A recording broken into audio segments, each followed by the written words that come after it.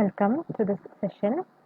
നമ്മൾ ഈ സെഷനിൽ നമ്മൾ പഠിക്കുന്നത് സിൽക്ക് വേമിനെ ഇൻഫെക്റ്റ് ചെയ്യുന്ന ഡിസീസസ് അല്ലെങ്കിൽ സിൽക്ക് വേമിനെ അഫക്റ്റ് ചെയ്യുന്ന ഡിസീസസ് ഏതൊക്കെയാണ്, ഏതൊക്കെ പാത്തജൻസ് ആണ് അതിനെ ഇൻഫെക്റ്റ് ചെയ്യുന്നത്, അതേപോലെ ഏതൊക്കെ പെസ്റ്റുകളാണ് സിൽക്ക് വേമിനെ ഇൻഫെക്റ്റ് ചെയ്യുന്നതിനെ പറ്റിയിട്ടാണ് നമ്മൾ ഈ സെഷനിൽ പഠിക്കുന്നത്. ഓക്കെ, നമുക്കറിയാം സിൽക്ക് പ്രൊഡ്യൂസ് ചെയ്യുന്ന ഒരു ഓർഗാനിസമാണ് സിൽക്ക് വേം. വളരെ കൊമേഴ്ഷ്യലായിട്ട് വാല്യുബിൾ ആയിട്ടുള്ള ഒരു പ്രോഡക്റ്റാണ് സിൽക്ക്. അപ്പോൾ സിൽക്കിൻ്റെ ആ ഒരു ക്വാണ്ടിറ്റിയും അതേപോലെ ക്വാളിറ്റിയും റെഡ്യൂസ് ആവാൻ ചാൻസ് ഉണ്ട് ഇൻ കേസ് ആ ഒരു സിൽക്ക് വേമിന് ഏതെങ്കിലും ഒരു പാത്തജൻ അല്ലെങ്കിൽ ഒരു പെസ്റ്റ് അതിന് ഇൻഫെക്റ്റ് ചെയ്ത് കഴിഞ്ഞാൽ അത് പ്രൊഡ്യൂസ് ചെയ്യുന്ന സിൽക്കിനും അതിൻ്റെ ഒരു ക്വാളിറ്റിയിലും അതേപോലെ ക്വാണ്ടിറ്റി അതിൻ്റെ എമൗണ്ടിലും ചിലപ്പോൾ റിഡക്ഷൻ വരാനുള്ള ചാൻസ് ഉണ്ട്. സാധാരണയായിട്ട് സിൽക്ക് വേമിനെ ഇൻഫെക്റ്റ് ചെയ്യുന്ന പല മൈക്രോബ്സുകളുണ്ട്. ഫംഗസ്, അതേപോലെ വൈറസ്, ബാക്ടീരിയ, പ്രോട്ടോസോവൻ പോലത്തെ പല മൈക്രോ ഓർഗാനിസംസ് സിൽക്ക് വേമിനെ ഇൻഫെക്റ്റ് ചെയ്ത് കാണാറുണ്ട്. അതിനകത്തുള്ള കുറച്ച് കോമൺ ആയിട്ടുള്ള ഡിസീസുകളുടെ പേരാണ് ഈ കൊടുത്തേക്കുന്നത്. Okay, muscardine, then aspergillus, pebrine disease, then flacherie disease, then grassery disease, then mid-gut diseases and infectious flackery. Okay, ഇതൊക്കെയാണ് സിൽക്ക് വേമിനെ ഇൻഫെക്റ്റ് ചെയ്യുന്ന അല്ലെങ്കിൽ സിൽക്ക് വേംസിനെ അഫക്റ്റ് ചെയ്യുന്ന കുറച്ച് ഡിസീസസ്. ഇതൊക്കെ പല തരത്തിലുള്ള മൈക്രോബ്സ് ഇൻഫെക്റ്റ് ചെയ്യുന്നതാണ്. ഓക്കെ, നമുക്ക് ഓരോ ഡിസീസും എന്താണെന്ന് ഡീറ്റെയിൽ ആയിട്ട് നമുക്ക് പഠിക്കാം. First one, muscardine or calcino. Muscardine അല്ലെങ്കിൽ കാൽസിനോ എന്ന രണ്ട് പേരുകളിൽ ഈ ഒരു രോഗം അറിയപ്പെടുന്നു. ഇത് ആക്ച്വലി ഒരു ഫംഗൽ ഡിസീസാണ്. ഓക്കെ, ഈ പടത്തിനകത്ത് നിങ്ങൾ കാണുന്നത് ഒരു സിൽക്ക് വേമിൻ്റെ ഫിഗറാണ്, പക്ഷേ അതിലൊരു കംപ്ലീറ്റ് ഒരു വൈറ്റ് പാച്ച് പോലെ നിങ്ങൾക്ക് കാണാൻ വേണ്ടി പറ്റും. ഇത് ആക്ച്വലി ഫംഗസിൻ്റെ മൈസീലിയം സ്പ്രെഡ് ആയിരിക്കുന്നതാണ്. ഓക്കെ, കംപ്ലീറ്റ് ആയിട്ട് സിൽക്ക് വേമിൻ്റെ ബോഡി കംപ്ലീറ്റ് ആയിട്ട് ഫംഗൽ അറ്റാക്കും ഉണ്ട്. അതൊരു വൈറ്റ് ഒരു മമ്മിഫൈഡ് അപ്പിയറൻസ് ആയിട്ട് മാറും. ഓക്കെ, വൈറ്റ് മമ്മിഫൈഡ് അപ്പിയറൻസിൽ ഈ ഒരു സിൽക്ക് വേം കൺവേർട്ട് ആകും. Okay, so muscardine or calcino is a fungal disease also known as muscardine because the body of the infected worm shows a white mummified appearance. കാണുന്നുണ്ടല്ലോ, ഒരു white mummified appearance നമുക്ക് കാണാൻ പറ്റും. പിന്നെ ഇതിന് കാൽസിനോ എന്ന പേര് വരാൻ മറ്റൊരു കാരണം കൂടെ ഉണ്ട്. കാരണം ഇതിനൊരു ചോക്കി അപ്പിയറൻസ് ആയിരിക്കും. ഇൻ കേസ് ആ ഒരു സിൽക്ക് വേം ഡെഡ് ആയി കഴിഞ്ഞു കഴിഞ്ഞാൽ വളരെ സ്റ്റിഫ് നേച്ചറായിട്ട് അത് മാറും. ഓക്കെ, പിന്നെ അതുകൂടാണ്ട് ഫംഗസിന് നമുക്കറിയാം, സാധാരണ ഫംഗസുകൾക്കെല്ലാം കൊർണേഡിയ ഉണ്ട് അല്ലേ. ഫംഗസിൻ്റെ ഇൻ കേസ് ഈ സിൽക്ക് വേം ലിവിങ് ആണെങ്കിൽ ഇതിൻ്റെ ഫംഗസിൻ്റെ കൊർണീഡിയ അതിൻ്റെ ബോഡിക്കകത്ത് കൂടെ പെനിട്രേറ്റ് ചെയ്ത് അത് ഫംഗസ് അവിടെ ജെർമിനേറ്റ് ചെയ്യും. അപ്പോൾ ബോഡിക്കകത്ത് ഇതിൻ്റെ കൊർണീഡിയ അകത്ത് പെനിട്രേറ്റ് ചെയ്ത് കഴിഞ്ഞാൽ സിൽക്ക് വേമിൻ്റെ സർക്കുലേഷനെയും അതേപോലെ മറ്റ് ഇൻറ്റേർണൽ ടിഷ്യൂസിനെയൊക്കെ അത് ഇൻഫെക്റ്റ് ചെയ്ത് അങ്ങനെ അവസാനം ഈ ഒരു ലാർവ കംപ്ലീറ്റ്ലി ആയിട്ട് ഡെഡ് ആകാൻ ചാൻസ് ഉണ്ട്. ഓക്കെ, അങ്ങനെയാണ് ഇതിൻ്റെ ഒരു ഇൻഫെക്ഷൻ മെത്തേഡ് ഇങ്ങനെയാണ്. Okay, and after death the growth of the fungus is rapid. അങ്ങനെ ഈ ഒരു സിൽക്ക് വേം അത് ചത്തു കഴിഞ്ഞാൽ ഈ ഫംഗസിൻ്റെ സ്പ്രെഡ് റേറ്റ് റാപ്പിഡ് ആയിരിക്കും. Okay, and which give white colour after the conidia formation. ഇതിൻ്റെ ഒരു ഇൻഫെക്ഷൻ സ്പ്രെഡിങ് സോഴ്സ് എന്ന് പറഞ്ഞാൽ ഈ ഡെഡ് വേംസ് തന്നെയാണ്. ഓക്കെ, ഡെഡ് ആയിട്ടുള്ള ഈ സിൽക്ക് വേമിന് ഇപ്പോൾ തൊട്ടടുത്തൊക്കെ ഹെൽത്തി സിൽക്ക് വേംസ് ഒക്കെ ഉണ്ടെങ്കിൽ ഈ ഫംഗസ് അടുത്ത ഹെൽത്തി ആയിട്ടുള്ള സിൽക്ക് വേംസിലോട്ടും സ്പ്രെഡ് ചെയ്തിട്ടാണ് ഈ ഡിസീസ് പകരുന്നത്. Okay, so the dead worms are important sources of infection. ഇനി മസ്കാർഡൈൻസ് പല ടൈപ്പായിട്ട് ക്ലാസിഫൈ ചെയ്തിട്ടുണ്ട്. White muscardines, green, yellow and red, അങ്ങനെ പല ടൈപ്പ് മസ്കാർഡൈൻസ് ആയിട്ട് ക്ലാസിഫൈ ചെയ്തിട്ടുണ്ട്. ഇനി ഈ ഇൻഫെക്ഷൻ അത് മെയിൻലി അത് അഫക്റ്റ് ചെയ്യുന്നത് സ്കിന്നിലായിരിക്കും. ഓക്കെ, അതുകൂടാണ്ട് ഇത് ഒത്തിരിയും ഹൈ ആയിട്ട് അതിൻ്റെ റേറ്റ് ഈ സ്പ്രെഡിങ് റേറ്റ് ഹൈ ആവുന്നത് കൂടുതൽ മോയ്സ്ചർ കണ്ടന്റ് ഉള്ളപ്പോഴോ അല്ലെങ്കിൽ ഹ്യൂമിഡ് ക്ലൈമറ്റ് അല്ലെങ്കിൽ ഹ്യൂമിഡിറ്റി കൂടുതൽ ഉള്ള സാഹചര്യങ്ങളിലൊക്കെയാണ് ഈ ഇൻഫെക്ഷൻ റേറ്റ് ഒത്തിരി കൂടുന്നത്. ഓക്കെ, ആൻഡ് ഞാൻ പറഞ്ഞു മസ്കാർഡൈൻ എന്ന് പറഞ്ഞാൽ അതൊരു ഫംഗൽ ഡിസീസാണെന്ന് പറഞ്ഞു. അത് കോസ് ചെയ്യുന്ന ഫംഗസ് ആണ് ബവേറിയ ബാസിയാന. ഓക്കെ, ബുവേറിയ ബാസിയാന എന്ന് പറയുന്ന ഫംഗസ് ആണ് മസ്കാർഡൈൻ അല്ലെങ്കിൽ കാൽസിനോ എന്ന് പറയുന്ന ഡിസീസ് കോസ് ചെയ്യുന്നത്. ഇനി അതിൻ്റെ സിംറ്റംസ് വന്നിട്ട് ലോസ് ഓഫ് ആപ്പറ്റൈറ്റ്, അതിൻ്റെ ഫീഡിങ് റേറ്റ് കുറയാൻ ചാൻസ് ഉണ്ട്. അത് ഇൻടേക്ക് ചെയ്യുന്ന ലാർവൽ ഫോം ആയത് കാരണം ഒത്തിരി വൊറേഷ്യസ് ആയിട്ട് ഫീഡ് ചെയ്യുന്ന ഒരു ടൈമാണ്.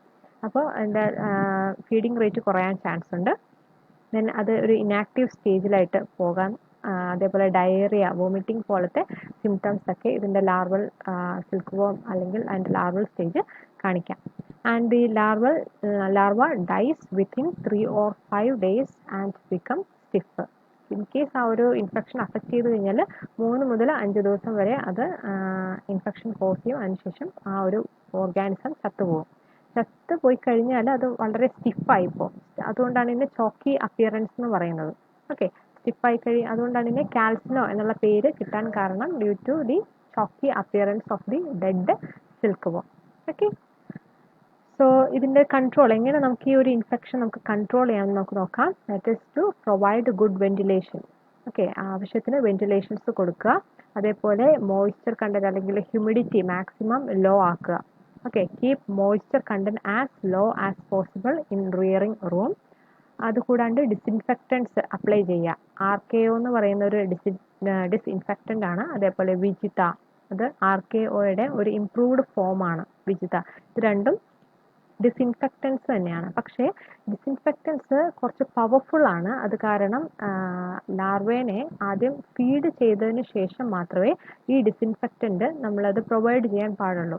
ഇൻ കേസ് ഫീഡിങ്ങിന് മുന്നേ ആണ് ഇത് നമ്മൾ പ്രൊവൈഡ് ചെയ്യുന്നതെങ്കിൽ ഈ ഡിസിൻഫെക്റ്റൻറ്റ് കുറച്ച് ടോക്സിക് ആയത് കാരണം ലാർവ അത് കൺസ്യൂം ചെയ്യാൻ ചാൻസ് ഉണ്ട്. ചിലപ്പോൾ മറ്റു പല ഇഫക്റ്റുകളും ഉണ്ടാകാൻ ചാൻസ് കൂടുതലാണ്. അതുകൊണ്ട് ഫീഡ് ചെയ്തതിന് ശേഷം വേണം ഈ ഡിസിൻഫെക്റ്റൻസ് നമ്മൾ പ്രൊവൈഡ് ചെയ്യാൻ വേണ്ടിയിട്ട്. Clear? Next type disease is Aspergillus disease. ഇപ്പോൾ നേരത്തെ നമ്മൾ പറഞ്ഞത് ഒരു ഫംഗൽ ഡിസീസ് ആയിരുന്നു. ഇത് രണ്ടാമത് പറയുന്നത് ആസ്പെർഗില്ലസ്, അതും ഒരു fungal ഡിസീസാണ്.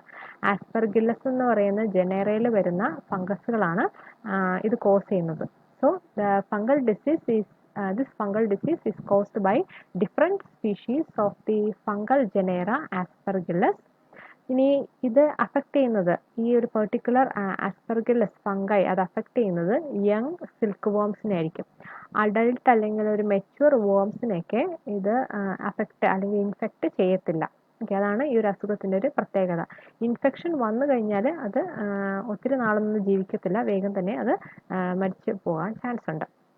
Okay, so that's all about aspergillus disease. Next pebrine disease, വളരെ ഇമ്പോർട്ടൻ്റ് ആയിട്ടുള്ളൊരു രോഗമാണ് പെബ്രൈൻ ഡിസീസ്. നമുക്ക് ഇതിൻ്റെ ഒരു ഫിഗർ കാണുമ്പോൾ തന്നെ അറിയാൻ വേണ്ടി പറ്റും. സാധാരണ സിൽക്ക് വോമിൽ ഇതേപോലെ ഒത്തിരി ബ്ലാക്ക് സ്പോട്ടുകൾ നമുക്ക് കാണാൻ വേണ്ടിയിട്ട് പറ്റില്ല. പക്ഷേ പെബ്രൈൻ ഡിസീസ് ഇൻഫെക്റ്റ് ചെയ്ത അല്ലെങ്കിൽ അഫക്റ്റഡ് ആയിട്ടുള്ള ഒരു സിൽക്ക് വോം ആണെങ്കിൽ ഒത്തിരി ബ്ലാക്ക് സ്പോട്ട്സ് നമുക്ക് സിൽക്ക് വോമിൻ്റെ ബോഡിയിൽ നമുക്ക് കാണാൻ വേണ്ടി പറ്റും. അതുകൊണ്ട് പെബ്രൈൻ ഡിസീസിനെ പറയുന്നൊരു മറ്റൊരു പേര് പെപ്പർ ഡിസീസ് എന്നാണ്. Okay, so it is also known as pepper disease because the black spots that appear on the affected worms that look like the pepper grains. Okay, pepper grains ഏകദേശം ഒരു രൂപത്തോടു കൂടിയാണ് ഈ ബ്ലാക്ക് സ്പോട്ടുകൾ ഉള്ളത്. അതുകൊണ്ടാണ് ഈ അസുഖത്തിന് അങ്ങനത്തെ ഒരു പേര് വരാൻ കാരണം. ഞാൻ നേരത്തെ പറഞ്ഞു, നേരത്തെ നമ്മൾ കാൽസിനോ ഡിസീസിൻ്റെ കാര്യം പറഞ്ഞപ്പോൾ വേംസിനെ ആണ് അഫക്റ്റ് ചെയ്യുന്നതെന്ന് പറഞ്ഞു. സിൽക്ക് വേംസിൻ്റെ ലാർവൽ ഫോമിനെയാണ് കൂടുതലായിട്ട് അഫക്റ്റ് ചെയ്യുന്നത് പറഞ്ഞു. പക്ഷേ ഈ പെബ്രൈൻ ഡിസീസ് അങ്ങനെ ഇന്ന സ്റ്റേജ് എന്നൊന്നുമില്ല. This disease affect all stages of silkworm. എല്ലാ സ്റ്റേജുകളിലും പ്യൂപ്പ, ലാർവ, ദെൻ മോത്ത് അല്ലെങ്കിൽ അഡൾട്ട് സ്റ്റേജിലൊക്കെ ഇത് ഇൻഫെക്റ്റ് ചെയ്യാൻ ചാൻസ് ഉണ്ട്. ഇനി ഇത് കോസ് ചെയ്യുന്നത് ഒരു പ്രോട്ടോസോവൻ വഴിയാണ്. ഈ ഒരു പെബ്രൈൻ ഡിസീസ് അല്ലെങ്കിൽ പെപ്പർ ഡിസീസ് കോസ് ചെയ്യുന്നത്. That is through nosema bombycis. Okay, ഇതൊരു പ്രോട്ടോസോവൻ ആണ്. ഓക്കെ, ഈ ഒരു പെർട്ടിക്കുലർ പ്രോട്ടോസോവൻ കൊണ്ടിട്ടാണ് ഈ പെപ്പർ ഡിസീസ് അല്ലെങ്കിൽ പെബ്രൈൻ ഡിസീസ് ഉണ്ടാകുന്നത്. നെക്സ്റ്റ്, അത് ഡിസീസ് എങ്ങനെയാണ് സ്പ്രെഡ് ചെയ്യുന്നത് അല്ലെങ്കിൽ ഡിസീസ് ട്രാൻസ്മിഷൻ എങ്ങനെയാണെന്ന് വെച്ചാൽ ഇൻഫെക്റ്റഡ് എഗ്സ് വഴി ഡിസീസ് ട്രാൻസ്മിഷൻ ഉണ്ടാകാം. അതേപോലെ ഏതെങ്കിലും അഫക്റ്റഡ് ആയിട്ടുള്ള ഈ ഒരു അസുഖം നേരത്തെ അഫക്റ്റ് ചെയ്ത സിൽക്ക് വോമിന്ന് ബൈ കോണ്ടാക്ട് ഹെൽത്തി സിൽക്ക് വോംസിലോട്ട് അത് സ്പ്രെഡ് ചെയ്യാം. അല്ലെങ്കിൽ by intake of contaminated food, nosema bombycis അത് ഇൻഫെക്റ്റഡ് ആയിട്ടുള്ള ഏതെങ്കിലും ഒരു ഫുഡ് മെറ്റീരിയൽ നമ്മൾ സിൽക്ക് വോംസ് കഴിച്ചു കഴിഞ്ഞാലും അതൊന്നും ഈ ഡിസീസ് ട്രാൻസ്മിറ്റ് ചെയ്യാൻ ചാൻസ് ഉണ്ട്. ഇനി symptoms first one, infected eggs R easily detach from substratum. Okay, അപ്പോൾ ഒരു സിംറ്റം എന്ന് പറഞ്ഞാൽ നമുക്കറിയാം ഈ സിൽക്ക് വാമിൻ്റെയൊക്കെ എഗ്ഗിനൊരു പ്രത്യേകതയുണ്ട്.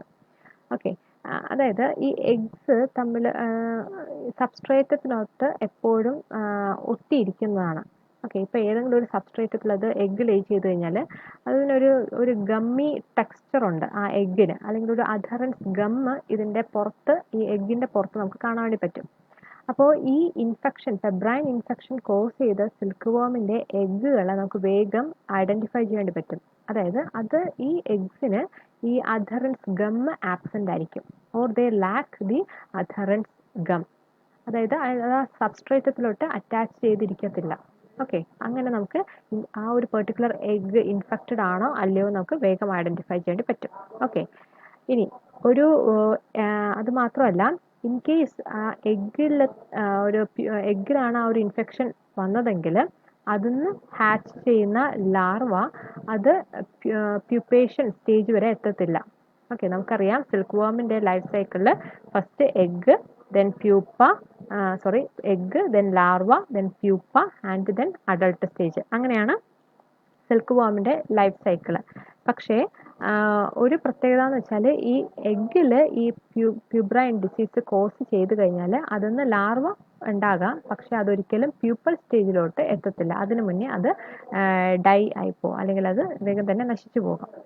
ഓക്കെ, ഇനി ഒരു ലാർവയ്ക്കാണ്, അല്ലെങ്കിൽ ഒരു ലാർവൽ സ്റ്റേജിലുള്ള ഒരു സിൽക്ക് വോമിനാണ് ഈ പ്യൂബ്രൈൻ ഡിസീസ് ഇൻഫെക്റ്റ് ചെയ്യുന്നതെങ്കിൽ നമുക്കത് വേഗം ഐഡൻറ്റിഫൈ ചെയ്യാം. അതായത് ഈ ലാർവ ആണ് കൊക്കൂൺസ് പ്രൊഡ്യൂസ് ചെയ്യുന്നത്, അല്ലേ? ലാർവയാണ് പിന്നെ കംപ്ലീറ്റ്ലി കൊക്കൂണ് സ്പിന്ന് ചെയ്യുന്നത് നമ്മൾ പഠിച്ചു നേരത്തെ. അപ്പോൾ ഈ ലാർവ ഒരു കംപ്ലീറ്റ് ആയിട്ടുള്ളൊരു കൊക്കൂണിന് അത് സ്പിന്ന് ചെയ്യത്തില്ല. They spin defective cocoons. ആ ലാർവ ഡിഫക്റ്റീവ് കൊക്കൂൺസിനെ സ്പിൻ ചെയ്യും. അതേപോലെ അതിൻ്റെ ലൈഫ് സൈക്കിൾ അത് കംപ്ലീറ്റ് ചെയ്യും. ഓക്കെ, ഈ ഇൻഫെക്റ്റഡ് ആയിട്ടുള്ള ലാർവൽ സ്റ്റേജിലുള്ള ഈ പെർട്ടിക്കുലർ സിൽക്ക് വാമിൻ്റെ ലൈഫ് സൈക്കിൾ കംപ്ലീറ്റ് ചെയ്യും, പക്ഷേ അത് പ്രൊഡ്യൂസ് ചെയ്യുന്ന എഗ്ഗ് പ്യൂബ്രൈസ്ഡ് എഗ്ഗ് ആയിരിക്കും. ഓക്കെ, ഇനി ഇൻ കേസ് അതൊരു പ്യൂപ്പൽ സ്റ്റേജിൽ ഉള്ള ഒരു സിൽക്ക് വോമിനെയാണ് ഈ ഒരു ഡിസീസ് അഫക്റ്റ് ചെയ്യുന്നതെങ്കിൽ അതിന്ന് ഉണ്ടായി വരുന്ന adult moth, they will have deformed wings. Correct ആയിട്ടുള്ള വിങ്സ് ആയിരിക്കില്ല അത് ഫോം ചെയ്യുന്നത്. അതേപോലെ ആൻറ്റീന, നമുക്കറിയാം സിൽക്ക് വോമിലൊക്കെ മെയിലിലൊക്കെ ആൻറ്റീനയുണ്ട്, അപ്പോൾ ഡിസ്റ്റോർട്ടഡ് ആയിട്ടുള്ള ആൻറ്റീനയൊക്കെ ആയിരിക്കും ഫോം ചെയ്യുക. അതേപോലെ പുവർ എഗ് ലേയിങ് കപ്പാസിറ്റി ആയിരിക്കും, ഫീമെയിൽ മോത്തിനൊക്കെ പുവർ എഗ് ലേയിങ് കപ്പാസിറ്റി ആയിരിക്കും.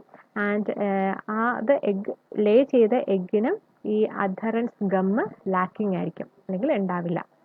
നെക്സ്റ്റ് കൺട്രോൾ മെഷേഴ്സ് എന്താണെന്ന് നമുക്ക് നോക്കാം. First one, microscopic examination of body fluids of female moth and larva. നമുക്ക് മോത്തിൻ്റെ ബോഡി ഫ്ലൂയിഡ്സിന് എക്സാമിൻ ചെയ്യുമ്പോൾ നമുക്ക് മനസ്സിലാകാം പ്യൂബ്രൈൻ ഡിസീസ് കോസ് ചെയ്തിട്ടുണ്ടോ ഇല്ലയോ എന്ന്. അല്ലെങ്കിൽ അത് ഒരു മെത്തേഡ് കൺട്രോൾ മെഷേഴ്സിൽ. രണ്ടാമത്തത്, destroy affected moth, larva and egg. Then third, disinfectant the rearing room and tools using 2% formalin.